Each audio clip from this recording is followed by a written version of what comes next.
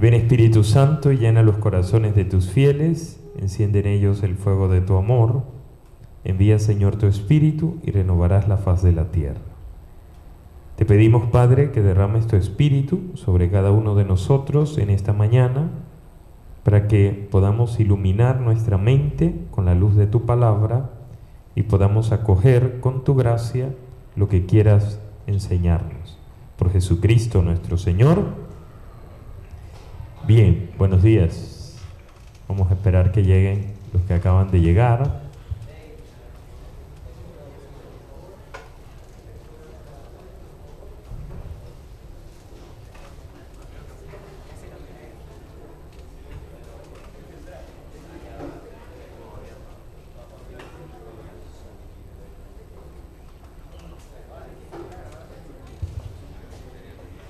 Bien, básicamente quiero, primero que nada, y antes de empezar con estas preguntas y respuestas, quiero contarles un poquito sobre mí, ¿verdad? Me voy a parar en este primer momento para poder ver los que están atrás. Como ya dijo Sebastián, yo soy el padre Fernando Fontane. El 20 de diciembre próximo voy a cumplir 17 años de haber sido ordenado sacerdote. Actualmente soy párroco de la parroquia San Juan María Vianney, que está en Las Cumbres, pero anterior a eso he sido vicario parroquial en San Francisco de Paula, en La Chorrera, también en la parroquia de San José, en Veranillo, en San Miguelito. He sido vicario parroquial en Nuestra Señora del Carmen, en Juan Díaz, y he sido párroco en el Espíritu Santo en la 24 de diciembre. Además de eso, casi prácticamente desde que me ordenaron sacerdote, me ordenaron en diciembre, y en marzo del 2009, también a partir de ahí he sido profesor en el colegio Brother. Por eso a lo mejor he visto a algunos cuando vamos a la Liga 10, ¿verdad? Les he visto allí en algún juego. Y allí en el colegio Brother he enseñado filosofía, he enseñado religión y he enseñado también ética a los estudiantes de 11º, como ustedes, y 12º. Y por los estudios de psicología, ahora también enseño educación emocional en 7º grado. Así que a partir de ahí, bueno, pues también he estado a cargo del servicio social del colegio Brother. He trabajado con la Misión País, que es una experiencia que hacemos con jóvenes universitarios, pues de todo lo que Dios ha querido en este tiempo, ¿verdad? Una cosa interesante, a lo mejor se preguntarán, ¿cómo llegué a ser sacerdote? Y tengo que decir que hay como dos grandes etapas de mi vida. O sea, hay una etapa cuando era más pequeño, como mi mamá trabajaba lejos, yo vengo de una familia de educadores. Mi mamá es maestra, o era maestra, ahora está jubilada. Mis tías eran maestras, etc. Entonces, como mi mamá trabajaba siendo educadora en un pueblo de Chepo, yo me crié como hasta los 10 años con mis abuelos maternos. Desde mis abuelos maternos, básicamente, la diversión que había en ese tiempo era ir a las misas. Somos de un pueblo, ellos son de Las Tablas, pero viven en un pueblo que se llama Bejuco, de Chame, ¿verdad? De donde es el padre Roger, que de hecho es pariente mío también, ¿verdad? Que trabaja con ustedes. Entonces, con mis abuelos, básicamente eso era lo que hacíamos, ir a misa, ir a ver enfermos. Entonces yo tenía como 7, 8 años, y mientras todos los niños jugaban a los carritos, a todas esas cosas, no había tantos videojuegos en ese tiempo, apenas había Atari, era lo primerito que había. Yo jugaba que celebraba la misa. Mi abuelita se ponía a lavar en la parte de atrás de la casa, y yo agarraba unas galletas María, un vaso de agua, y me ponía a jugar a que celebraba la misa. Me regalaban carros de esos como tipo volquete, tonka. Yo subía una imagen de un santo allá atrás y hacía procesiones. Entonces eso eran básicamente los juegos, hasta como a los 10 años, cuando mi mamá regresa, entonces ya ella no era tan religiosa y empieza otra etapa de la vida. Empieza una etapa de la vida donde yo, ya más joven, incluso vengo a estudiar a Panamá. Yo viajaba de Chame a Panamá todos los días durante la secundaria, el segundo ciclo, porque yo me gradué en el Instituto Fermín Nodó. Soy de la promoción 1998 del Instituto Fermín Nodó. Entonces yo, en esta etapa de la vida, yo quiero ser como todos los demás. Dice San Agustín que vivimos tiempos tan extraños que a los buenos les da vergüenza ser buenos. Y cuando a los buenos les da vergüenza ser buenos, lo malo aparece como bueno. Entonces a mí me daba vergüenza ser bueno, y empieza esta etapa de la vida de fiestas, de afectos, de relaciones con chicas, etcétera, incluso de fumar, no marihuana, por supuesto, ¿sí? Pero de fumar y de todo eso. Y en esta etapa de la vida, lo único que yo aprendí en la confirmación fue a ir a misa. Yo en estos días le hablaba a unos chicos de unos grupos de confirmación y les decía, yo no aprendí nada en la confirmación. Lo único que aprendí fue ir a misa los domingos. Y desde ese tiempo, desde que yo hice la confirmación a los 15 años, ahora tengo 44, yo no he faltado a misa ni un solo domingo. Yo podía ir a una fiesta toda la noche, llegar a la casa a las 5 de la mañana, en mi pueblo había una sola misa que era a las 8 de la mañana, yo iba, me arreglaba directamente, iba a la misa y luego iba a la casa a dormir el resto del día. Pero yo sentía que la misa me atraía, y como había una sola misa a la semana, o sea, como quedarme sin misa un domingo, significaba que iba a estar 15 días sin misa. Entonces, esa partecita no la entendía, y lo único que aprendí de la confirmación fue ir a misa los domingos. Luego, viene una etapa de la vida en la cual teníamos una tía que estaba muy enferma, ella estaba enferma de cáncer, y esta tía, estando en el hospital oncológico, había un capellán en el hospital, ella que era muy religiosa, se relacionaba mucho con él, y esta es como la parte corta de la historia. Entonces ella se hace amiga de este padre, y este padre, después que mi tía muere, tengo que decir que para nosotros como familia, o para mí como joven, la muerte de mi tía fue una gran decepción, y me peleé como 2 años con Dios, ¿verdad? Porque yo pensaba que mi tía no tenía que morirse y se murió. O sea, ella, que era la más buena, la más rezadora, la más santa de toda la familia, se murió. Entonces, ¿cómo iba a pasar eso? Entonces yo tuve esta etapa en la cual Dios y yo cortamos relaciones diplomáticas, pero no dejaba de ir a misa. Eso es una cosa bien interesante, porque yo iba a la misa para que él viera que yo estaba bravo, ¿verdad? Entonces eso era muy, muy importante. Pero en esa etapa, este sacerdote que había sido capellán en el oncológico, lo hacen párroco de mi parroquia, y él resulta que cuando yo salía de la iglesia, de la misa los domingos, me llamaba por mi nombre.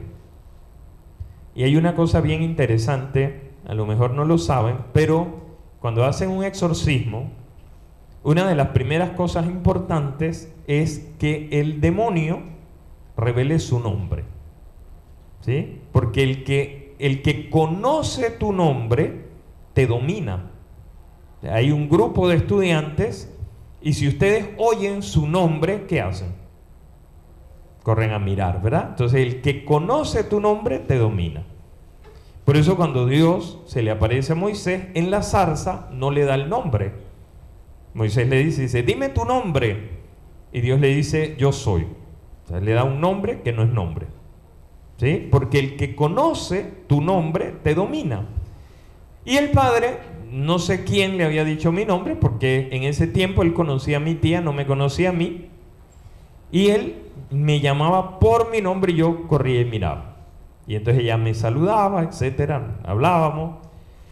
Y así, el 5 de enero, lo recuerdo siempre, que el 5 de enero de 1999, fue a mi casa y dice que iba a invitarme personalmente a un coro que iba a hacer. Yo no cantaba ni los pollitos, pero dice que iba a invitarme a un coro que iba a hacer, que iba a formar. Yo al día siguiente fui, me convenció mi mamá de que fuera, porque no quería ir.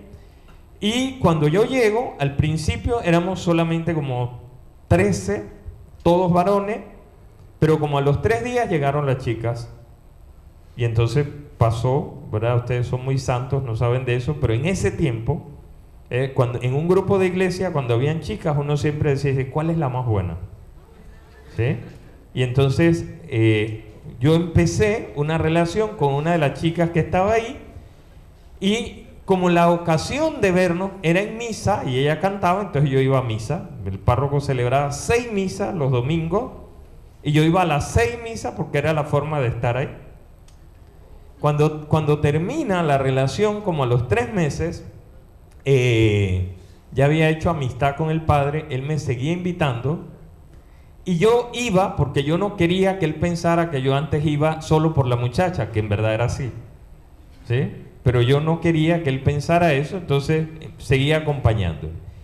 Y un buen día, de la nada, o sea, yo estaba en el mejor momento de mi vida porque yo había querido ser abogado desde 4º grado de la escuela, porque en mi anuario decía que iba a ser presidente de la República, ¿sí? Y en ese tiempo, donde no había influencer, el camino a la política pasaba por el derecho. Ahora pasa por las redes sociales, ¿verdad? Pero en ese tiempo pasaba por el derecho, por lo cual yo estaba estudiando, estaba trabajando, y un buen día íbamos en el carro y me dice, ¿a ti nadie nunca te ha dicho que tú podrías ser sacerdote? Yo recuerdo que el carro tenía como una plaquita así de madera en el tablero, y yo lo toqué y le dije, no, padre, ¿qué le pasa? Se está pegando mucho al incienso y eso le hace daño. Había otro muchacho de mi pueblo que él sí había dicho desde chico que quería ser sacerdote, y le dije, apunte allá, que allá es seguro que yo estoy en lo mejor de la vida. Pero ese día yo empecé, cuando me dejó en la casa, yo empecé a recordar cuando era pequeño y cuando estaba con mi abuela y cuando jugaba que era sacerdote y quería ser sacerdote. Y entonces, como al mes, yo le digo, usted sabe una cosa, que usted un día debería dejarme como predicar a ver qué se siente.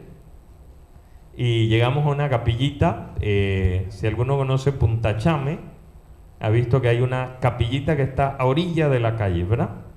Que es como un pueblito chiquito, eso se llama ahí el Líbano. Y llegamos ahí y me dice, aquí. Y él leyó el Evangelio y se sentó y yo hablé. Primera vez en mi vida que me ponía un alba. Hablé. Y cuando terminé, yo lo único que me acuerdo de ese día, no me acuerdo qué dije ni nada de eso, lo único que me acuerdo es que había gente que estaba muy atenta. Y yo me quedé como con esa sensación. Cuando terminamos, él me dijo, y si ya estás listo, yo le dije, no, yo tengo que pensarlo. Entonces ahí me habló de una jornada vocacional, que era un retiro vocacional que había en el seminario. Eso fue ya como para el mes de mayo de ese año. La jornada era como la segunda semana de junio, y a mí se me ocurre la noche antes de irme a la jornada de decirle a mi mamá que yo iba a un retiro porque yo quería saber si podía ser sacerdote, y mi mamá entendió que yo al día siguiente iba a ser sacerdote y se puso furiosa. Yo echaba las cosas en la maleta para ir al retiro. Y yo tengo un solo hermano de padre y madre que no le iba tan bien en la escuela, y mi mamá tenía la idea de que, como ella decía que yo era inteligente, entonces la iba a sacar de pobre, ¿verdad? Entonces ella decía, tantas ilusiones que yo he puesto en ti y tú me haces esto. Y ese día me dice que no me iba a comprar más nunca, pero ni un par de medias que había perdido a mi madre, todas esas cosas. Pero yo eché las cosas en la maleta y me fui. Esa noche, cuando llegamos al seminario, por primera vez, me acuerdo de 2 cosas. Me acuerdo que esa noche nos dieron un tema sobre la vocación en la Biblia. Y nos empezaron a presentar los personajes Y esa noche el padre habló de un personaje que se llama Gedeón. Gedeón aparece en el libro de los Jueces. Gedeón era un cobarde, porque Gedeón estaba escondiendo el trigo de los amonitas. Israel estaba en guerra con los amonitas, y Gedeón estaba escondiendo el trigo de los amonitas. Y cuando Gedeón estaba escondiendo el trigo de los amonitas, se le presenta el ángel del Señor y le dice: yo te saludo, valiente guerrero. Y el padre nos decía esa noche, dice: ¿por qué si él es un cobarde, el ángel del Señor le dice: yo te saludo, valiente guerrero? Es como una ironía, es como una burla, ¿verdad? Y el padre decía: porque Dios no ve lo que eres, sino que ve lo que puedes llegar a ser. Y eso fue lo primerito que se me quedó grabado, ¿verdad? Dios no ve lo que yo soy ahora, ve lo que yo puedo llegar a ser. Y la segunda cosa fue que esa noche nos pusieron una película, y la película era de un muchacho que quería ser sacerdote, pero la familia no quería. Sí, eso es conmigo. Así que yo de esos dos leí, interpreté que por ahí era el camino. Pues ya luego pues siguió, vuelvo y digo, esta es la versión corta, pero ya en noviembre de ese año, del año 99, estaba haciendo las entrevistas para entrar al seminario. Se hacen entrevistas con los padres, se hacen unos exámenes psicológicos, y luego en marzo del año siguiente, en marzo del 2000, el 15 de marzo, estaba entrando al seminario. Salí en el 2007, porque en el seminario se estudian 3 años de filosofía o de humanidades. Luego, en ese tiempo había algo que se llamaba la maduración vocacional, que uno iba a una parroquia y tenía un trabajo civil, y luego vienen 4 años de teología, y ya luego termina, y de ahí pues me ordenaron diácono el 26 de abril del 2008, y el 20 de diciembre del 2008 me ordenaron sacerdote. Y pues bueno, de ahí el resto de la vida, que es aventura, ¿verdad? Eso, como les digo, básicamente nada más para que nos conozcamos y para que puedan ver un poquito de la experiencia, ¿no? Así que por ahora los dejo con la parte importante. Bueno, muchas gracias, padre, por contarnos un poco de su testimonio y conocer, y esto para mí es muy importante resaltarlo: un sacerdote es un ser humano. Eso es muy importante resaltarlo. Así como nosotros, cada uno de nosotros va a meter la pata 1500 veces, el padre también. Pero así también como nosotros nos valemos de la gracia del Señor, que nos sostiene en todo momento. Así que bueno, chicos, vamos a abrir los micrófonos en este momento. Como les comenté, esta es la parte en la cual ustedes pueden hacer las preguntas. Ustedes alzan la mano y dicen: hola, padre, mi nombre es tal, y hacen su pregunta, y el padre con todo gusto va. Sí, antes de que empiecen a preguntar, como les dije, ¿verdad?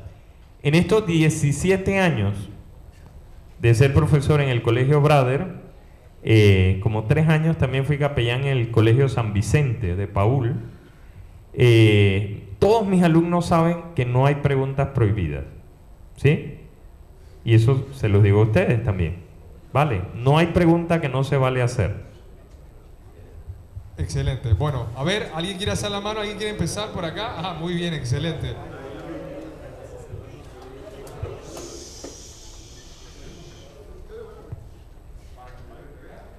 Hola, padre. Mi nombre es Luis.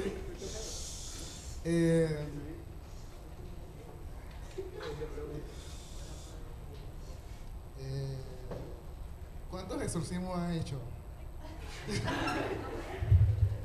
Muy bien, buena pregunta. A ver, lo primero que es importante es que hay exorcismos ordinarios y hay exorcismos extraordinarios, ¿sí? Por ejemplo, tú estás bautizado. Bueno, cuando te bautizaron, te hicieron un exorcismo ordinario, ¿sí? Porque el exorcismo es parte del ritual de bautismo. En el ritual de bautismo, en la celebración del bautismo, se hace la unción con el óleo de los catecúmenos y la oración de exorcismo. Nos las hacen a todos. nos arrancan del poder de Satanás y nos ponen en las manos de Dios. Entonces, ¿cuántos exorcismos he hecho? Pues ya perdí la cuenta de cuánta gente he bautizado. Yo fui diácono 7 meses en Samaria y bauticé, me acuerdo, eso sí me acuerdo clarito, en ese tiempo bauticé 38 niños. El sábado siguiente que me ordenaron, cuando estaba en Chorrera, en San Francisco de Paula, el primer sábado que estuve ahí, bauticé 33 niños. Así que ya ahí perdí la cuenta, ¿verdad? O sea, era difícil. Entonces, ¿cuántos exorcismos he hecho? Exorcismos ordinarios, te la debo, ¿sí? Luego, exorcismos extraordinarios, no he hecho ninguno, porque aunque todos los sacerdotes tenemos la facultad, ¿sí? O la posibilidad, se dice la potestad, se dice en teología, ¿verdad? De hacer exorcismo, en cada diócesis el obispo nombra un solo exorcista. Y el exorcista de esta diócesis es Fray Amado Flores, que es un fraile capuchino, ¿verdad? Ahora bien, lo que nos toca hacer en las parroquias o en las comunidades es el discernimiento, ¿sí? Y a lo mejor, bueno, ya les dijo Sebastián que yo estudié psicología y obviamente de las primeras cosas que yo hago en el discernimiento es ver si lo que la persona tiene es algún tipo de situación psicológica, ¿sí? O hay algo sobrenatural. Porque nosotros tendemos a pasar mucho a lo sobrenatural, ¿sí? Pero debe ser al revés. O sea, debemos agotar. ¿Alguno es bachiller en ciencia aquí? ¿Sí? Yo soy bachiller en ciencia, ¿verdad? Y dice Descartes que hay que dudar de todo hasta que haya algo de lo que ya no se puede dudar, ¿sí? Entonces uno tiene que buscar todas las posibles explicaciones naturales antes de la sobrenatural. Y yo, por lo menos en mi caso, no he encontrado, ¿verdad? Por tanto, no sé si ahí te respondo.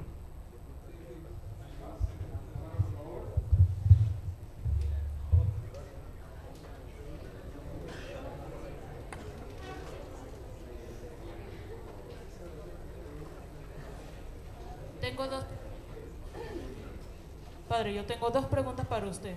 La primera es, ¿cómo uno puede estar seguro que cuando uno es siendo gay, uno no va para el cielo, aún siguiendo la palabra de Dios? Bien, no sé si saben que el catecismo de la Iglesia Católica distingue entre la tendencia homosexual y la práctica homosexual. ¿Lo sabían? ¿Sí? El catecismo de la Iglesia Católica distingue con toda claridad lo que se conoce como la tendencia homosexual. Las personas no somos culpables de la tendencia homosexual. Como no somos culpables, por ejemplo, de una tendencia violenta. O sea, hay gente que es violenta, ¿verdad? Y no es culpable de eso. Hay personas que pueden tener una tendencia a algún tipo de situación, cualquiera que quiera, ¿verdad? Y en ese sentido, o sea, si no hay libertad, no hay pecado, ¿sí? O sea, si yo no soy libre, no hay pecado. Luego, las prácticas son las que constituyen el pecado, ¿ves? O sea, que si una persona tiene una tendencia homosexual, ¿puede ir al cielo? Por supuesto que sí. Si una persona tiene prácticas homosexuales, entonces ahí es importante que hay 3 posibilidades. Hay una primera posibilidad que es la que tenemos todos frente a cualquier pecado, ¿sí? Piensen en un pecado. No sé, a ver, ustedes que saben más, yo tomo alcohol, ¿verdad? Aunque tomar alcohol de por sí no es un pecado, en ustedes que son menores de edad es un delito, ¿sí? Pero no necesariamente es un pecado. ¿Sí?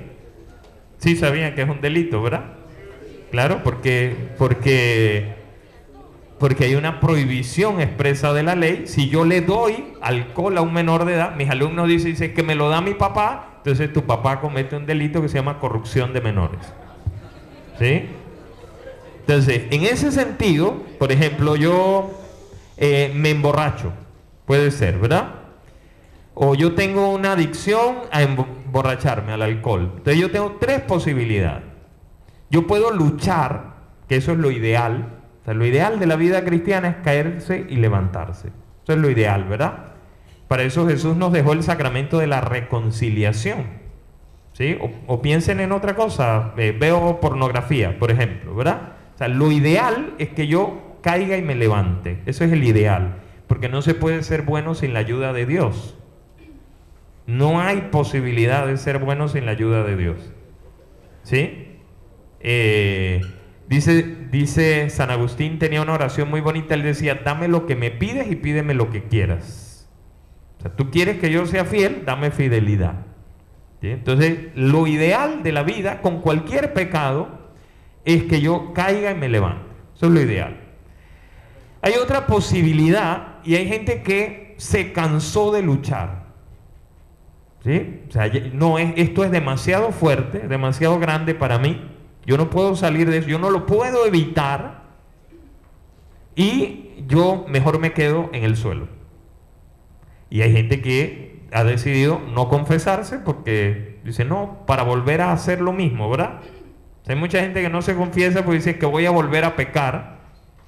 Y yo le digo a mis alumnos, bueno, entonces vengan sin bañarse porque seguramente al final del día se volverán a ensuciar, ¿o no? Entonces mejor que vengan sin bañarse. ¿Sí? Entonces no hay lógica en él.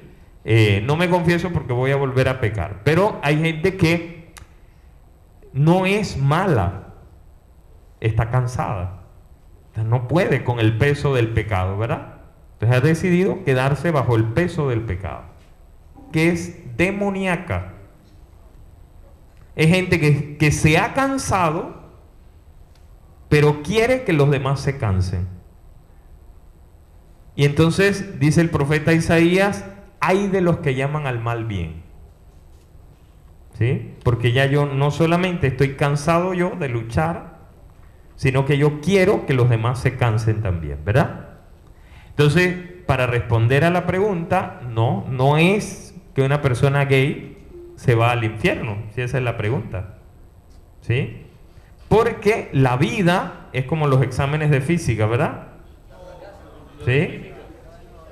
Lo que pasa es que a lo mejor no me da la respuesta, pero lo que importa son los procedimientos. ¿Sí? O sea, lo importante de la vida es el procedimiento. Entonces no sé si te contesto, ¿verdad? ¿Y la otra pregunta era? La otra pregunta es, ¿cómo uno puede ser llamado padre? ¿Tiene alguna conexión usted con Dios o usted mismo se decidió llamar como padre?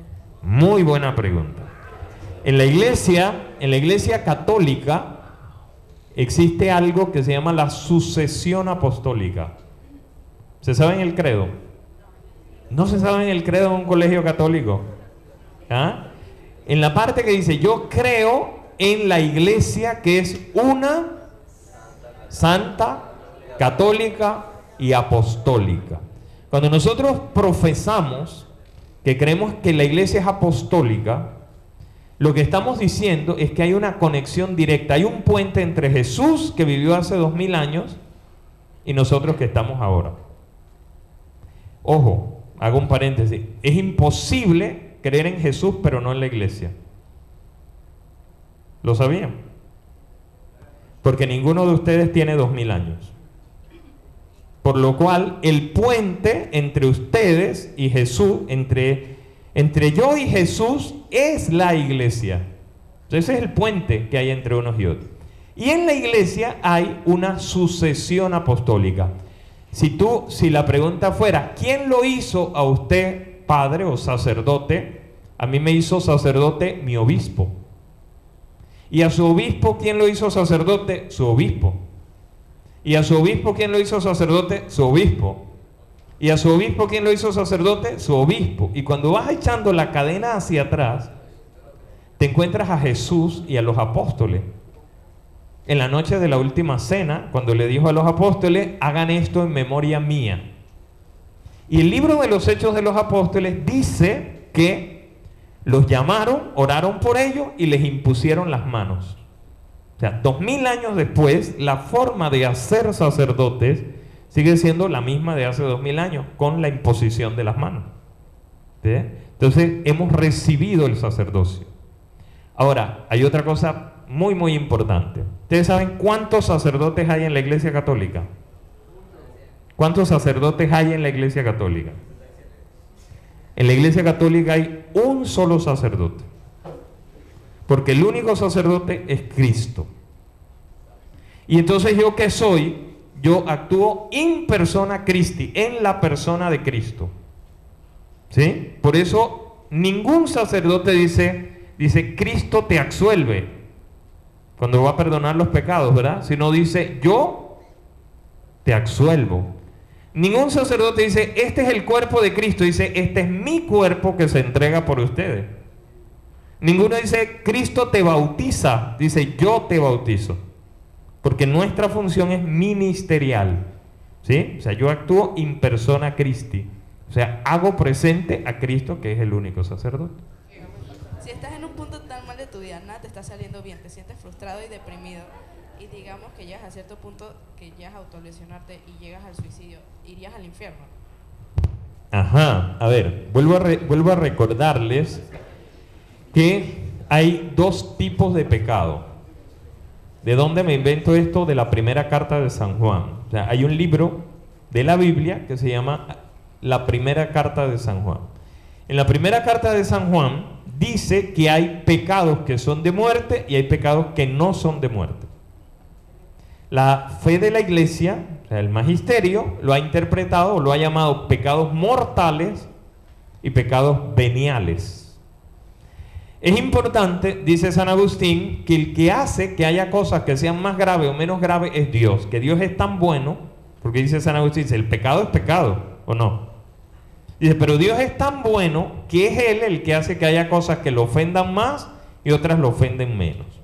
Entonces, para que algo sea pecado mortal, o sea, pecado que conduce a la muerte, tienen que cumplirse tres condiciones. Tiene que ser materia grave, o sea, generalmente los actos contra los 10 mandamientos son materia grave. En este caso, el suicidio o la lesión o la autolesión sería contra el 5.º mandamiento, ¿verdad? ¿Qué dice? ¿Qué dice el 5.º mandamiento? A ver. No matarás. 5.º mandamiento dice, no matarás, ¿verdad? Entonces, ya tenemos materia grave. Pero ahora es necesario, para que sea pecado grave, que haya pleno conocimiento. O sea, que yo sepa que es grave lo que estoy haciendo.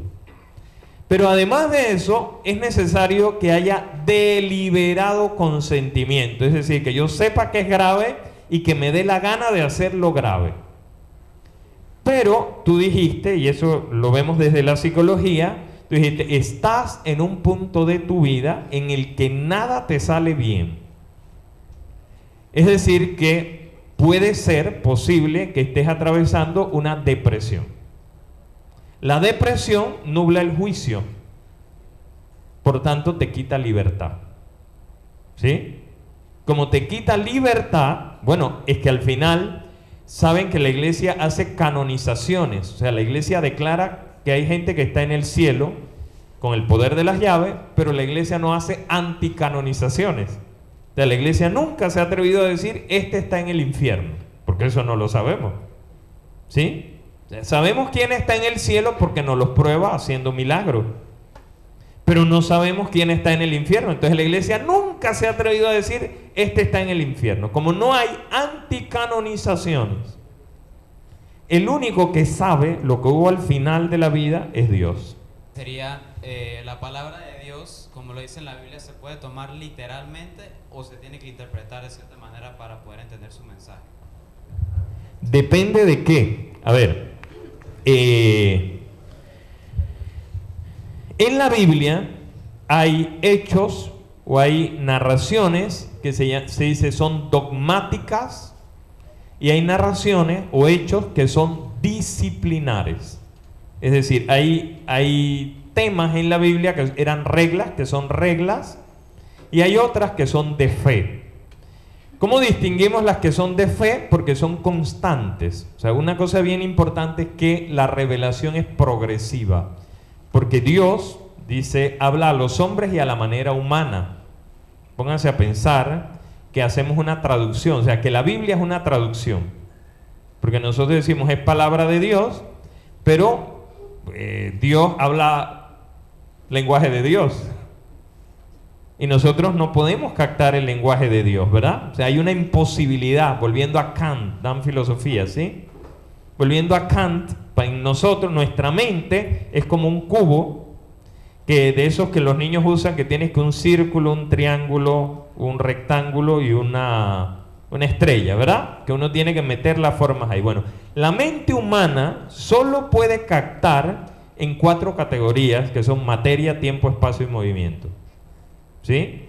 Resulta que Dios no entra por ninguna de esas porque no es material, es espiritual, no es temporal, es eterno, no cambia, porque si cambiara entonces no sería perfecto, entonces es inmutable. Y materia, tiempo, espacio, no ocupa espacio porque es omnipresente, o sea, está en todas partes, entonces ya la mente no lo puede captar. Como la mente no lo puede captar, entonces menos lo puede traducir. Entonces la Biblia es una traducción. Ustedes que hablan también el inglés saben lo difícil que es traducir algunas cosas. Por ejemplo, con el perdón de la cámara del profesor y del profesor que es más santo que yo, ¿cómo se traduciría al inglés la palabra cabriarse? ¿Sí? Porque no es cabriarse, no es cansarse, ni es del todo estar molesto, ¿o sí? Porque a veces cuando yo estoy aburrido, ¿cómo estoy? ¿Ah? ¿No? En español, ¿cómo estoy? Ajá, pero no es que estoy enojado. Entonces, ¿cómo se traduce esa palabra? ¿Ven? O sea, la dificultad de la traducción. Entonces, en ese sentido, la Biblia traduce la palabra de Dios. Entonces, como habla Dios a los hombres y a la manera humana, la revelación es progresiva. Porque si uno agarra un niñito de preescolar y lo mete en un salón de la universidad, por supuesto que no entiende nada. Entonces hay que hacer el esfuerzo de pasarlo por el prekinder, la primaria, la secundaria, para llegarlo a sentar. Bueno, la universidad es Cristo, ¿sí? Pero el hombre, el ser humano ha tenido que pasar por todo eso. Por eso, como la revelación es progresiva, a Abraham lo dejaban tener 2 mujeres y a ti una sola novia. ¿Sí? Porque hay que ir entendiendo eso. Ayer, por ejemplo, hablaba en la homilía de que los israelitas en un primer momento eran monólatras antes de ser monoteístas. O sea, la diferencia es que el monoteísta cree que hay un solo Dios y los monólatras aceptan que hay varios, pero el de ellos es el más poderoso. Entonces los israelitas primero eran monólatras y después fueron monoteístas. Entonces eso porque la revelación es progresiva. En ese sentido hay temas en la escritura que son disciplinares, o sea, hay normas para un momento determinado. Ayer en una conversación en la cafetería con algunos de mis alumnos me preguntaban sobre el Islam y entonces ellos mismos decían que la prohibición de comer puerco es una prohibición sanitaria. Sí, por supuesto que sí. ¿Sí? Como usar mascarilla, ¿no? Eso es una prohibición sanitaria para un tiempo y un momento. O sea, no se mantiene en el tiempo. Luego, ¿por qué comemos puerco? Porque dice Jesús que no mancha al hombre lo que entra por la boca, que sale del cuerpo, sino lo que sale de la boca, que viene del corazón. ¿Sí? Entonces, en ese sentido, hay aspectos que son dogmáticos, aspectos que son disciplinares. Para nosotros que somos católicos, la fe es como ese trípode de la cámara, porque hay una pata que se llama la Escritura, o sea, la Biblia, palabra de Dios escrita. Hay un trípode, hay una pata que se llama la tradición de la iglesia con T mayúscula. La amiga me preguntaba, dice, ¿quién lo hizo padre? Y yo hablé de la sucesión apostólica.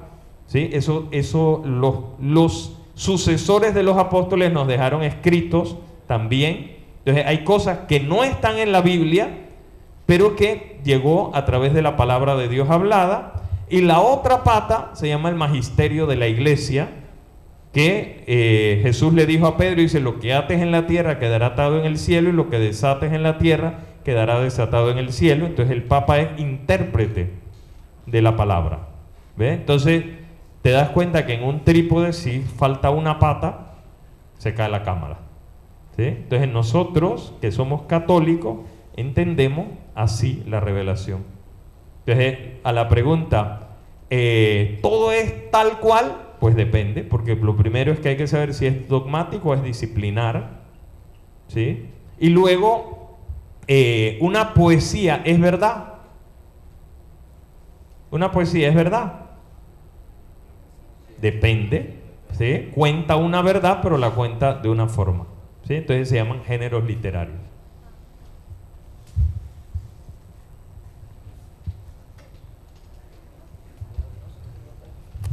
¿Quién más? Yo. Hola, una pregunta. Es que en la Biblia se menciona que para ser un verdadero creyente uno tiene que obedecer la palabra de Dios, aunque no sepa por qué hace las cosas que hace. O sea, seguir su palabra aunque no estés de acuerdo con lo que esté pasando en tu vida. O así lo entendí yo.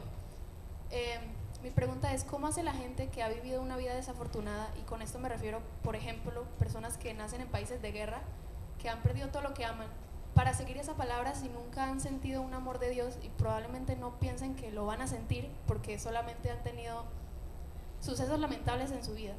Y además, si esas personas deciden no ser creyentes porque piensan que Dios ha sido injusto con ellos, pues ¿qué culpa tienen de no ser creyentes si solamente han tenido tristezas en su vida? Y bajo ese concepto, ellos podrían ir al cielo aún como rehusándose a ser creyentes bajo lo que les pasó.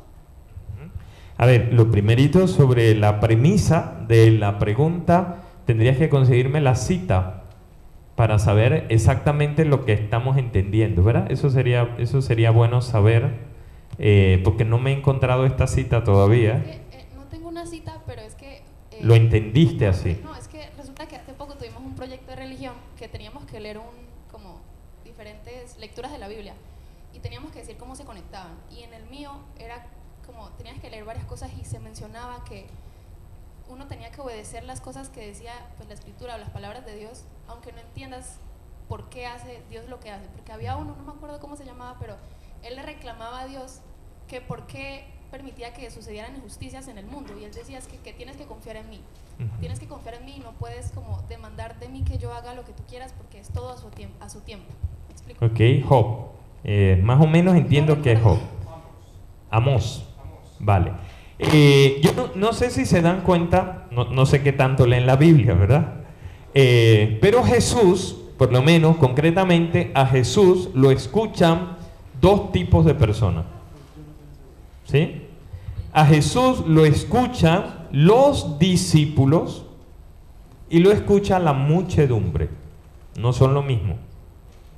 Porque hay cosas que Jesús le pide a los discípulos y hay cosas que las dice para la muchedumbre. A los discípulos les dice, ustedes son la sal de la tierra y ustedes son la luz del mundo. Es bien interesante que Jesús diga que somos la sal de la tierra, primera cosa, porque dice somos la sal de la tierra, no la azúcar. La diferencia es que a nadie se le ocurre comer sal, mientras que el azúcar sí. ¿Ve? O sea que la primera cosa que dice Jesús, no somos fáciles de tragar. Segundo, la función que tiene la sal tiene dos funciones. La primera, en ese tiempo en que no había nevera, la sal servía para conservar los alimentos, o sea, la sal evita la podredumbre porque es antiséptica, ¿verdad? Entonces ella evita la podredumbre, pero segundo, da sabor a la comida. Entonces, ¿cuáles son las funciones de los discípulos? La función de los discípulos es dar sabor y conservar el mundo. Ahora, todo el mundo sabe que a una libra de arroz no se le echa una libra de sal. Por tanto, no precisa que todo el mundo sea discípulo. Pero hay cosas que Jesús le pide a los discípulos. La pregunta sería si quiere ser discípula, ¿verdad? Eso es la primera cosa, ¿no? Entonces, los discípulos, por supuesto que tienen algunas ventajas. A ellos Jesús les explica, ellos van a estar sentados en los tronos, van a jugar al mundo, etc. Pero luego, a la muchedumbre, ¿sí? Se le piden otras cosas. Entonces lo primero que hay que distinguir es eso. Ahora la pregunta sobre la salvación. Hace algunos domingos atrás Jesús iba caminando y un personaje le decía, dice, ¿es verdad que son pocos los que se salvan? Y yo decía, ese que preguntó eso era testigo de Jehová. Porque los testigos de Jehová suelen decir que se salvan 144,000. En este momento en el mundo hay 5 millones de testigos de Jehová, así que ya hay gente que se quedó sin puesto. ¿Sí? Pero ese hecho de reducir la salvación nos hace olvidar lo primerito que les dije, que para que algo sea pecado grave, tiene que haber materia grave, pleno conocimiento y deliberado consentimiento. Y expusiste una causa, el sufrimiento de la vida, que es lo mismo que le pasa al que se quita la vida porque no encuentra salidas, ¿verdad? ¿Qué se afecta ahí? Sí, el juicio, ¿sí? La libertad. Entonces no, Dios no pone trampas. ¿Alguno de ustedes piensa que Dios le pone trampas? ¿Sí? Porque si alguno piensa que Dios le pone trampas, eso viene del demonio. ¿Sí? Dios no pone trampas, porque no nos ha hecho para condenarnos, nos ha hecho para salvarnos. Dice capítulo 3 de Juan, versículo 16, dice, tanto amó Dios al mundo, que envió a su Hijo único, para que todo el que cree en Él no muera, sino que tenga la vida eterna. Porque Dios no ha enviado a su Hijo al mundo para que el mundo se condene, sino para salvar al mundo. Ahora, ¿qué pasa con el que sin libertad no conoció a Dios? Hay algo que se llama la ley natural. Acá dan ética, ¿sí? Bueno, en ética se estudia la ley natural de Cicerón, ¿verdad? En la ley natural, adentro del corazón, hay una ley que está presente en todos y que a todos los hombres de todos los tiempos y de todas las culturas nos ha hecho buscar el bien y evitar el mal. O sea, para eso no hay que ser creyente. Entonces, el que no conoce a Cristo sin culpa propia, o no conoce a la iglesia sin culpa propia, basta que cumpla la ley natural. Había un teólogo, creo que era von Balthasar, que era un alemán, decía que habían cristianos anónimos. Había gente que lo único que le faltaba para vivir como un cristiano era estar bautizado. Dice, pero eran más cristianos que los que estábamos bautizados. O sea, había cristianos anónimos, ¿verdad? Y volvemos al punto, gracias a Dios el que ve el corazón es Dios. ¿Sí? ¿Respondió tu pregunta, María Camila?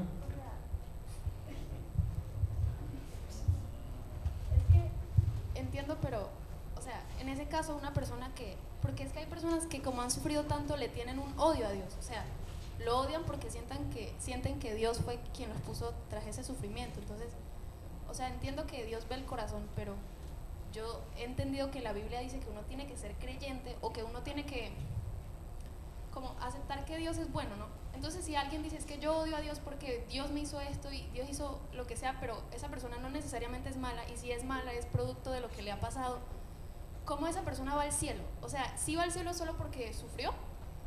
A ver, lo primero, cuando me dices lo que dice la Biblia, lo primero que te expliqué es que eso se lo pide ¿a quiénes?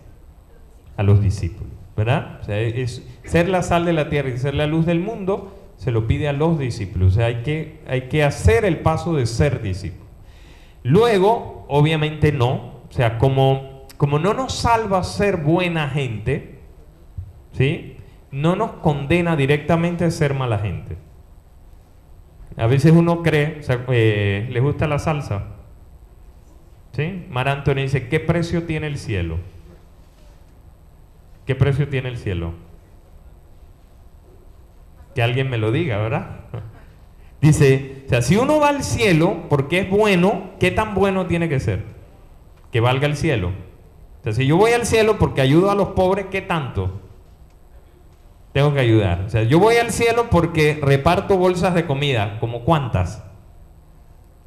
¿Sí? Entonces, como no es ser bueno lo que nos salva, no está directamente en la maldad el condenarnos, porque a esa maldad, entonces hay que ver si es una maldad libremente querida y es una maldad plenamente consentida. Entonces hay que ver. Gracias a Dios, ese juicio lo hace Dios. Pero tú pones unos elementos. Mira, porque tú, que eres finita igual que yo, o sea, tú y yo somos limitados, no somos más buenos que Dios. Pero tú y yo somos capaces de entender el corazón de esa persona. ¿Dios se dejará ganar de nosotros? No. ¿Ve? Entonces lo bueno es que el juicio lo hace Dios, y Dios no es un policía.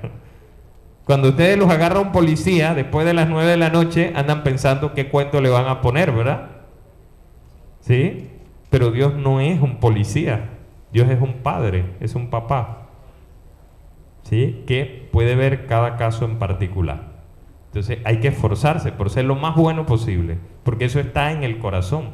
O sea, cada uno de nosotros, hay una corriente de la psicología que dice que se esfuerza cada día por ser la mejor versión de sí mismo.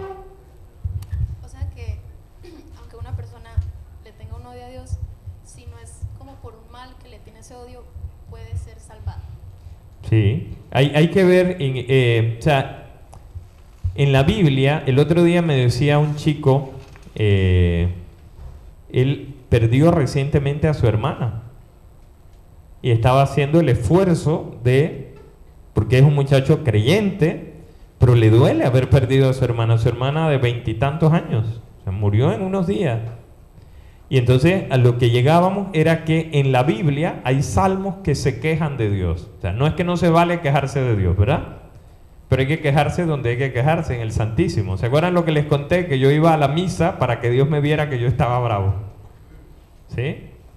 Porque a veces, o sea, ustedes se ponen bravos con sus papás y no dejan de ser sus papás. Por acá. Buenas, padre. Mi nombre es Adrián. ¿Usted qué opina o cómo ve los casos de abusos sexuales en la iglesia? Ajá, es una muy buena pregunta, porque es una pregunta muy dolorosa. ¿Sí? O sea, es una pregunta muy dolorosa para todos nosotros. Ahora, ahí nos hace, yo recuerdo siempre algo que dijo Jesús, hablándole a los apóstoles. Recuerden que el cristianismo lleva, o sea, el cristianismo lleva hasta el final de los días una mancha. Y la mancha es que el que entregó a Jesús no vino de afuera, vino de adentro. Y Jesús le dijo a los discípulos, dice, no los he elegido yo a ustedes los 12 y uno de ustedes es un diablo. ¿Sí?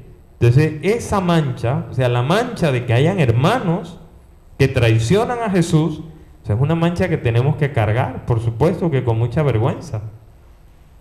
¿Sí? Entonces, ¿cómo lo veo? Lo veo desde ahí, desde el dolor, desde la vergüenza, porque la iglesia es la esposa fiel de Jesucristo.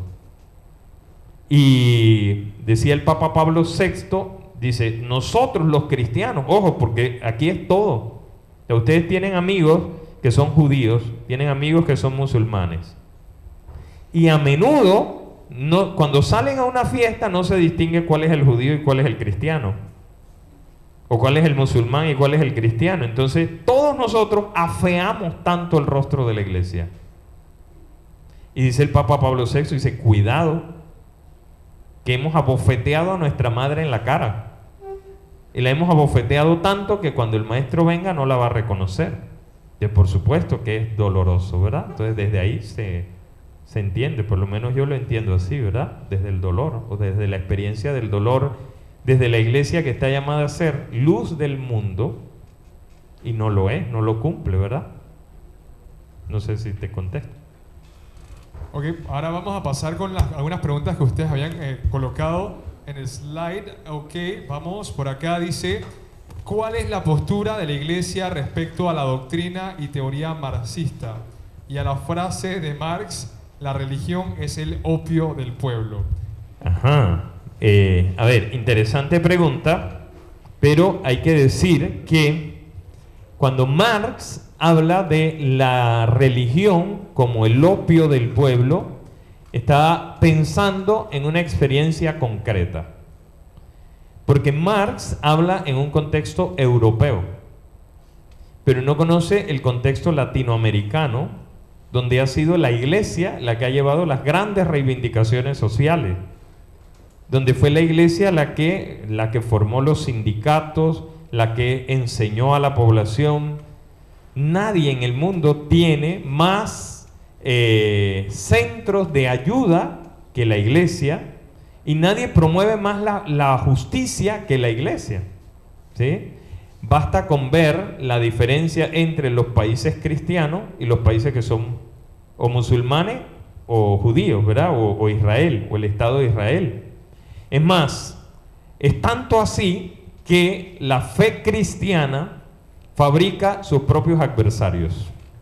O sea, para nosotros es tan importante la libertad, la razón, que nosotros fabricamos nuestros propios adversarios. Porque ustedes no ven musulmanes hablando del Islam, ¿o sí? ¿Ustedes ven musulmanes criticando los países islámicos? No. ¿Ustedes ven judíos criticando al Estado de Israel? Por supuesto que no. Pero siempre vemos cristianos criticando la iglesia porque la esperamos mejor, ¿sí? Entonces, desde ahí, o sea, para nosotros es tan importante la libertad, ¿sí? La razón es tan importante, los valores, que somos nuestra propia piedra de zapato, ¿verdad? Seguimos por acá con más. Gracias, Padre. Dice, si el placer es un regalo de Dios, ¿por qué la iglesia considera pecado la masturbación o el disfrute sexual fuera del matrimonio? Ajá, muy importante. Nuestro tema anterior, ahorita con los chicos de 11, estamos viendo el deber, pero antes hemos hablado del placer, ¿sí? Y el placer, lo primero que hay que decir es que es un medio, no es un fin, ¿sí? O sea, es muy peligroso la lógica del placer por el placer. ¿Saben por qué? ¿Saben quién busca solo el placer? El violador.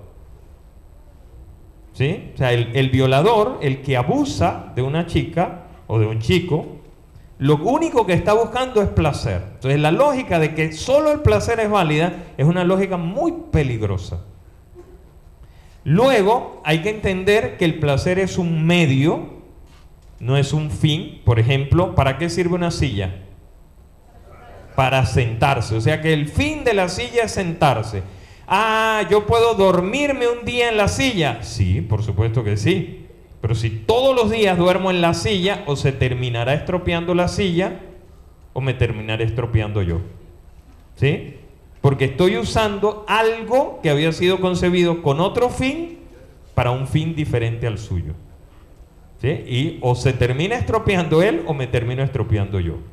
Entonces, el placer, porque ahí estamos hablando de dos cosas. Por supuesto que la sexualidad o la genitalidad ha sido puesta para dos cosas: para unir a la pareja y para traer al mundo a los hijos. Por eso viene acompañada del placer, porque si no produciera placer, nadie tendría hijos. ¿Ve? Entonces, obviamente es un medio, no es un fin. Pero la sexualidad es como el fuego, ¿lo saben? O sea, el fuego es una energía, es una fuerza. La sexualidad es una fuerza, ¿verdad? De hecho, Freud dice que hay dos grandes fuerzas: está el eros y el thanatos, ¿sí? Está la libido, el impulso sexual, y está el impulso agresivo de muerte. Entonces, en ese sentido, la sexualidad es una fuerza, es como el fuego. Pero el fuego no se entiende igual si se pone en la estufa o en el fogón, que se llama matrimonio. Ahí sirve para algo, ¿verdad? Si yo pongo el fuego en la estufa, ¿para qué sirve? Para cocinar, y hace mucho bien y beneficia mucho. Pero si yo lo pongo en las cortinas de la casa, lo destruye todo, ¿sí? Entonces hay que tener cuidado con eso, porque además de eso engendra vida, es decir, me trae responsabilidad. Y ante un embarazo solamente hay dos posibilidades, ¿verdad? Un embarazo adolescente solo trae dos posibilidades: o me desgracia la vida, o nos convierte en asesinos. No hay más, ¿o sí? ¿Sí? O sea, un embarazo en 11, alguno embarazó la novia o la embarazó el novio, solo quedan dos caminos posibles: o nos convertimos en asesinos porque optamos por el aborto, o sea, y somos asesinos, Y asesino con vínculo agravado. ¿Por qué? Porque es cometido por quien debía defenderle. ¿Sí? Y luego, ¿sí? Me tengo que salir de la escuela y me cambia toda la vida. Entonces, son las únicas dos posibilidades. Entonces, como tengo una responsabilidad frente a eso, como yo soy responsable frente a esa acción, entonces lo tengo que pensar y tengo que saber que hay un tiempo para cada cosa y cada cosa tiene su tiempo. Ahora, ¿cuál es el tema de la masturbación? ¿Sí? Y si mañana no lo puede hacer, lo va a dejar la esposa o la va a dejar el esposo. Y si lo deja el esposo o lo deja la esposa, ya no podrá ser un buen padre, porque le va a tocar ser padre de fin de semana. ¿Sí? Entonces también se fueron los planes, ¿verdad? Luego, dice el Catecismo de la Iglesia Católica, que aunque la masturbación es un acto desordenado, moralmente desordenado, dice que hay que tomar en cuenta, bueno, pues eso, el pleno conocimiento, el deliberado consentimiento, hay que tomar en cuenta si es una adicción, la fuerza de los hábitos, etcétera, etcétera, ¿verdad? Y todas esas cosas.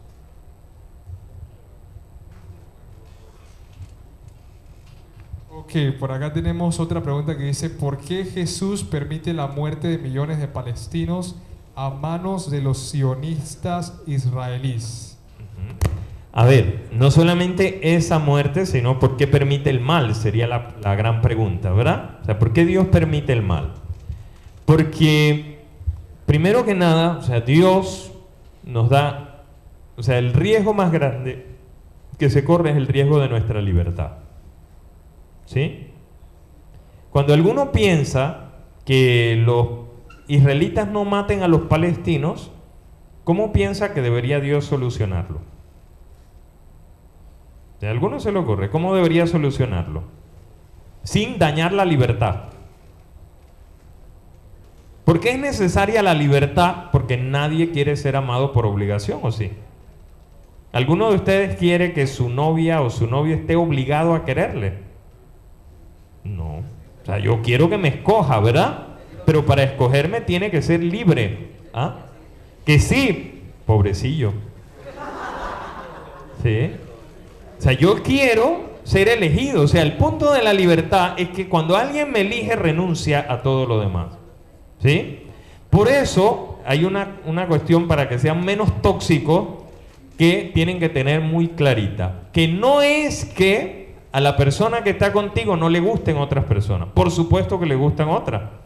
Porque por supuesto que hay otras mucho más bellas o mucho más guapos que tú.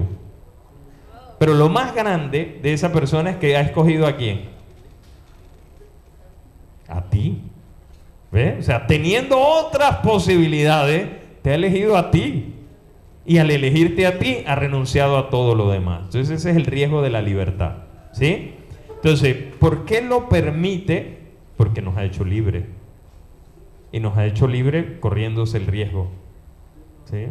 Entonces ahí siempre entra nuestra libertad, que es un misterio. O sea, todos ustedes son libres.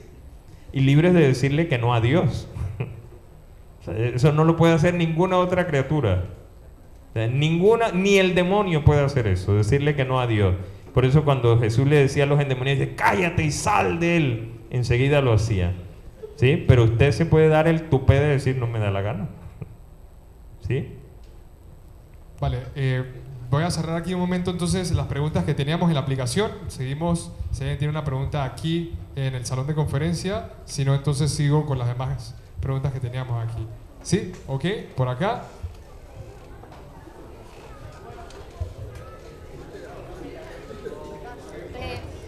Ok, es que resulta que a mí me salió un video de una muchacha en TikTok que ella era profesora de catequesis y era muy religiosa. Entonces ella dice que ella se volvió atea porque ella estudiaba teología y que se volvió tan buena en la teología que ella decía que, por ejemplo, ella era capaz de que le preguntaban, ella decía, dime algo de una sociedad, no me digas qué sociedad es, pero dime cómo es el entorno, cómo son las personas y yo te voy a decir qué tipo de Dios crearon. Y entonces ella dice que ella empezó a creer que Dios no necesariamente fue quien nos creó a nosotros, sino nosotros a Él, porque es algo que creamos como en necesidad de tal vez resolver problemas o analizar traumas, cosas así. Y bueno, yo soy creyente en Dios, yo sí creo en Dios, pero sí me pregunto si tal vez Dios como tal no es algo que, no es un ser todopoderoso, sino tal vez es algo que nosotros creamos a través de nuestra mente para lidiar con todos estos problemas, y tal vez el poder, lo que realmente es Dios es el poder que tenemos en nosotros mismos, de poder volver realidad las cosas cuando realmente lo pensamos o cuando realmente lo queremos, porque pues al principio yo pensé que tal vez esta chica realmente no era creyente, pero también es que ella dependía de su trabajo, dependía de ser catequista, y renunció a eso porque se dio cuenta de que las personas sí responden de cierta manera mediante a lo que creen que Dios es, y pues a través de la historia han habido personas que excusan sus malas acciones en Dios y dicen que la Biblia lo dice así o que las cosas lo dicen así, cuando realmente no es así, ¿me explico? Entonces mi pregunta sería si, ¿cómo sabemos si, póngase que hay gente que dice, es que yo escucho a Dios en mi cabeza, ¿cómo sé que lo que estoy escuchando en mi cabeza realmente no son mis propios pensamientos desarrollándose a través de lo que yo creo que es una religión? Buenísima pregunta. Estoy buscando aquí porque no recuerdo. Lo que pasa es que antes de esta chica que es tan lista, eso ya lo habían dicho algunos filósofos. No recuerdo si era Epicuro o era Genofonte, que decía, dice, el hombre ha hecho a sus propios dioses. ¿Sí? Y de hecho, San Agustín exalta que en la mitología griega, en el panteón griego, los griegos no crearon dioses a partir de sus excelencias, de sus virtudes, sino de sus pasiones. Hicieron dioses a partir de sus propias pasiones, ¿verdad?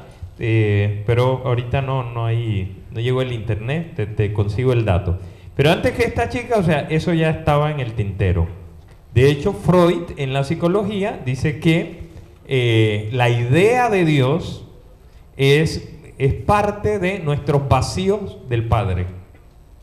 ¿Sí? O sea que dice, como todos nosotros tenemos ausencia del Padre, entonces eso lo ponemos en superlativo, lo hacemos grande. Ahora, aquí hay que entrar, por ejemplo, en que la existencia de Dios es lógica.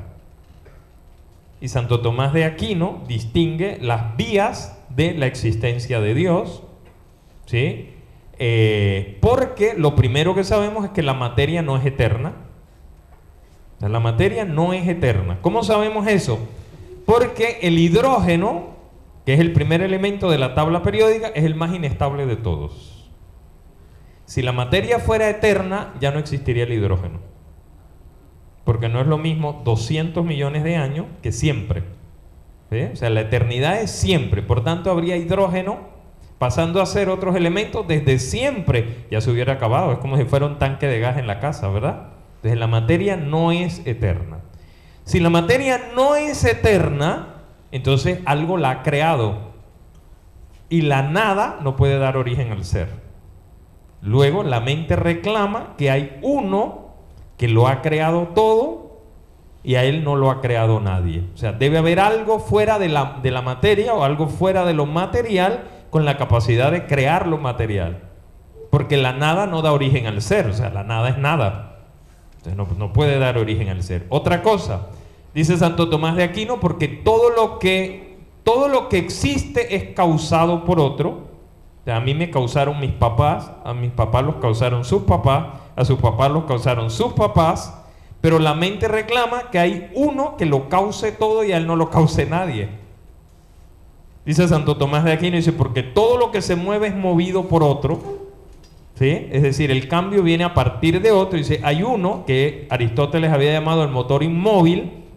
Dice, hay uno que debe mover a todo, pero que a él no lo mueva nadie. Si cuando ustedes vienen a la escuela, les toca venir por las vías del tren y llegaron y están solamente los vagones, enseguida la mente sabe que hay una locomotora adelante. ¿Sí? Porque a este vagón lo ala otro, lo ala otro, lo ala otro. Entonces la mente enseguida dice, no, hay uno que los ala a todos y que a él no lo ala a nadie. Entonces dice Santo Tomás de Aquino, estas son las pruebas para demostrar la existencia de Dios según la razón. Además de eso está la teoría del ajuste fino, que no sé si la estudian. Nosotros en la escuela estudiamos la teoría del ajuste fino, ¿verdad? Que dice que las constantes para sostener la vida son tan exactas, ¿sí?, que es muy difícil que sean producto del azar, porque Porque si Dios no existe, o sea, si no hay una inteligencia creadora, entonces lo que hay es suerte. ¿Sí? O sea, pero es demasiado preciso. Luego, el ateo más grande del siglo XX, que se llamó Anthony Flew estudió el código genético, el código de ADN, y no se volvió cristiano, pero se volvió teísta. Porque Anthony Flew dice, la perfección del ADN es tal que no puede ser producto de la suerte. Entonces, hacia el final de su vida, Anthony Flew se vuelve teísta, ¿verdad? No cristiano, o sea, no es que se hace cristiano. Saben que el teísta acepta la existencia de un Dios, no necesariamente un Dios providente, pero acepta la existencia de un Dios. Entonces, la existencia de Dios es lógica y ha estado presente en todas las culturas de la tierra, ¿sí? Y el hombre siempre, desde siempre, se ha enfrentado al problema de Dios de tres maneras. El hombre ha dicho, hay un Dios, es decir, ha sido monoteísta. Ha dicho, hay muchos dioses, es decir, ha sido politeísta. O ha dicho, no hay Dios, es decir, ha sido ateo. Pero siempre ha tenido delante el problema de Dios, que ha tenido que resolver. Ahora, la existencia del mal, la razón del mal, es una de las objeciones para negar la existencia de Dios. O sea, ¿cómo es posible? Dice Epicuro, dice, o Dios no es bueno, o no es todopoderoso. Porque si es bueno y permite el mal, entonces es porque no lo quiere resolver. O sea, que no lo puede resolver. Pero si lo puede resolver y no lo hace, entonces no es bueno, es malo, ¿verdad?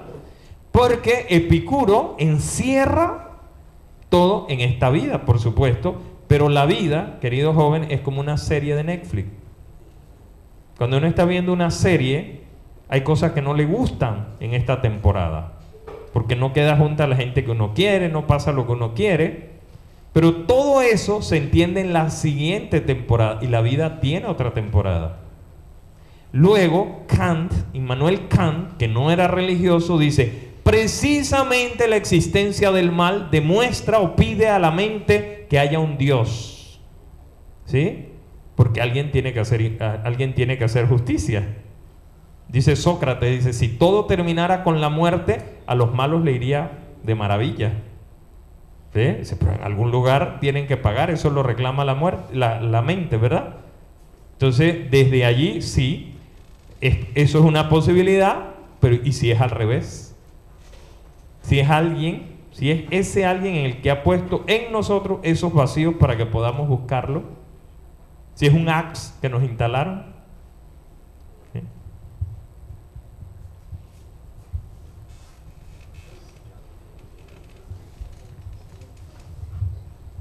Vamos a recibir como 4 preguntas más y ya acá y estamos bien. ¿Qué tal? Mire, mi primera pregunta sería esto: ¿por qué han habido tantos enfrentamientos entre musulmanes y cristianos si al final ambos creen en un mismo Dios y también, por lo que he visto, ambos creen en Jesús? Entonces, ¿por qué han habido tantos enfrentamientos entre ellos si al final creen en lo mismo? Me parece, ¿cómo es tu nombre, amigo? Emanuel. Emanuel, me parece que estás partiendo de una premisa falsa, ¿sí? ¿Estudian lógica aquí? ¿Dan lógica? No. Yo en el Brother tampoco, y es necesario dar lógica, ¿verdad? Porque partes de una premisa falsa, y es la premisa de que creen en lo mismo. Y no es verdad. Primero, que nosotros somos monoteístas tripersonales y los musulmanes son monoteístas unipersonales, ¿sí? Para nosotros Dios es 3 y para los musulmanes Dios es 1, es una sola persona, ¿sí? Entonces nosotros somos monoteístas tripersonales, para nosotros Dios es una comunidad de amor. Dice San Agustín, acuérdate que son 3, el amante, el amado y el amor. Y para los musulmanes Dios es solamente 1. Para nosotros el rasgo característico de Dios es la misericordia. Para los musulmanes el rasgo característico de Dios es la justicia, ¿sí? Ahí ya estamos en problema. Segundo, la realidad histórica es que el Islam fue una secta del cristianismo, que surgió a partir del siglo VI, ¿verdad? ¿Sí? Esto lo digo aquí en un colegio católico. Entonces, a partir de ahí, la forma o los valores que nosotros entendemos, por ejemplo, nosotros repudiamos, nosotros cristianos católicos, las primeras voces contra la espada en la evangelización de América vinieron de adentro, Fray Bartolomé de las Casas, etcétera, ¿verdad? O sea, nosotros repudiamos que el evangelio sea impuesto por la violencia. El Islam conquistó todos los territorios que son musulmanes.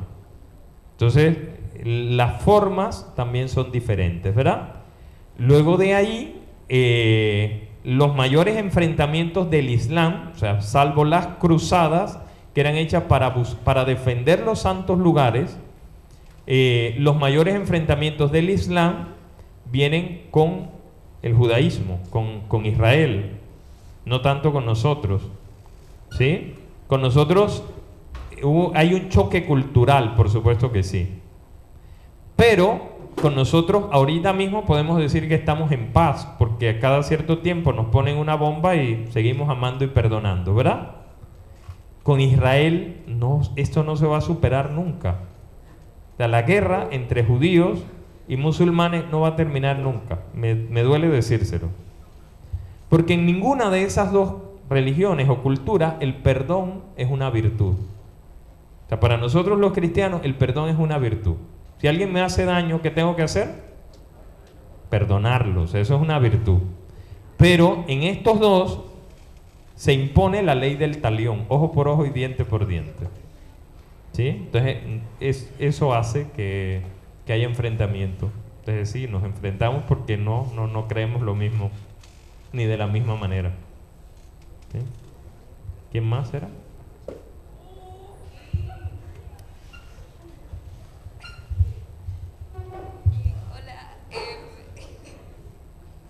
Quisiera saber cuál es su opinión sobre las interpretaciones tipo religiosas que hay en las películas de miedo.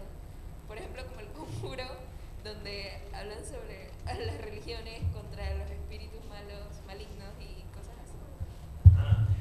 Bien, qué buena pregunta, ¿verdad? Jesús o la experiencia religiosa en el cine, o en el arte, o en la música. Lo primero que hay que decir es que las películas son Hollywood, o sea, son show, ¿sí? Y las películas olvidan reglas básicas de la teología. Una de las reglas básicas de la teología es que Dios es creador y el demonio es una criatura. Por lo cual, la lucha entre el bien y el mal no es una lucha de iguales, ¿sí? Ya nosotros tenemos el spoiler del capítulo final, ¿o no? De la historia de la humanidad, ya no sabemos el spoiler del capítulo final. ¿Quién va a ganar? Dios. O sea, ya tenemos el spoiler, porque la lucha entre el bien y el mal no es una lucha de iguales. Luego, en las películas sí es una lucha de iguales. Y las películas, como el guionista no recuerda o no sabe que el mal solo puede hacer aquello que Dios le permite hacer, y Dios solo se lo permite hacer para un bien mayor. Entonces, en la película el mal tiene mucho poder porque es obra del guionista, pero es show, ¿verdad? Si no, a ver, si en la película saliera un exorcismo de verdad, se acaba muy rápido.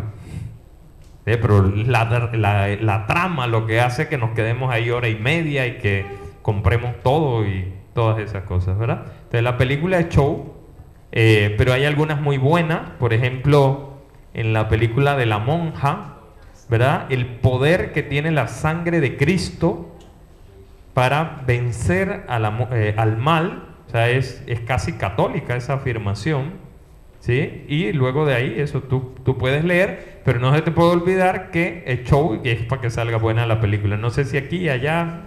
Bueno, es que yo creo que ya tenemos espacio para una pregunta más. Ya son las 10:30. ¿Ok?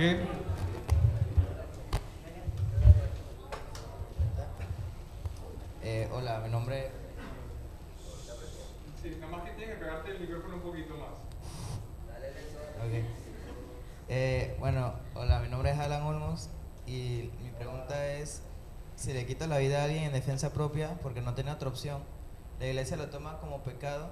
O sea, aún sabiendo que es un pecado mortal, ¿iría al infierno solo por no querer morir? Alan, tú mismo te respondiste, ¿verdad? Ahora, te digo que en ética hay algo que se llaman actos reflejos, ¿sí? Si yo te agredo y tú te defiendes, la culpa no es tuya, la culpa es mía, ¿sí? Entonces, por eso mismo tú mismo te das la respuesta. Dice, si yo le quito la vida a alguien para defenderme, ¿sí? No, porque Dios no me pone trampas. Ahora, una cosa que sí es importante es que yo solamente puedo usar la fuerza necesaria. Y eso se ve mucho, por ejemplo, en la policía, que si un policía puede darle a una persona en los pies, no se entiende por qué le va a dar en la cabeza. ¿Ve? Entonces, en el análisis de los hechos, o sea, yo puedo usar la fuerza necesaria, porque es siempre responsabilidad del otro. Eso es lo mínimo que se pide, ¿verdad? Eso es un acto de justicia conmutativa. Ahora bien, el heroísmo de la fe está incluso a veces en no reclamar lo que era justo, ¿sí? Por eso entonces dice Jesús, a quien te pone la mejilla, a quien te golpea en la mejilla, ponle la otra, ¿verdad? Pero un acto de justicia es siempre un acto de justicia y nadie se va al infierno por un acto de justicia.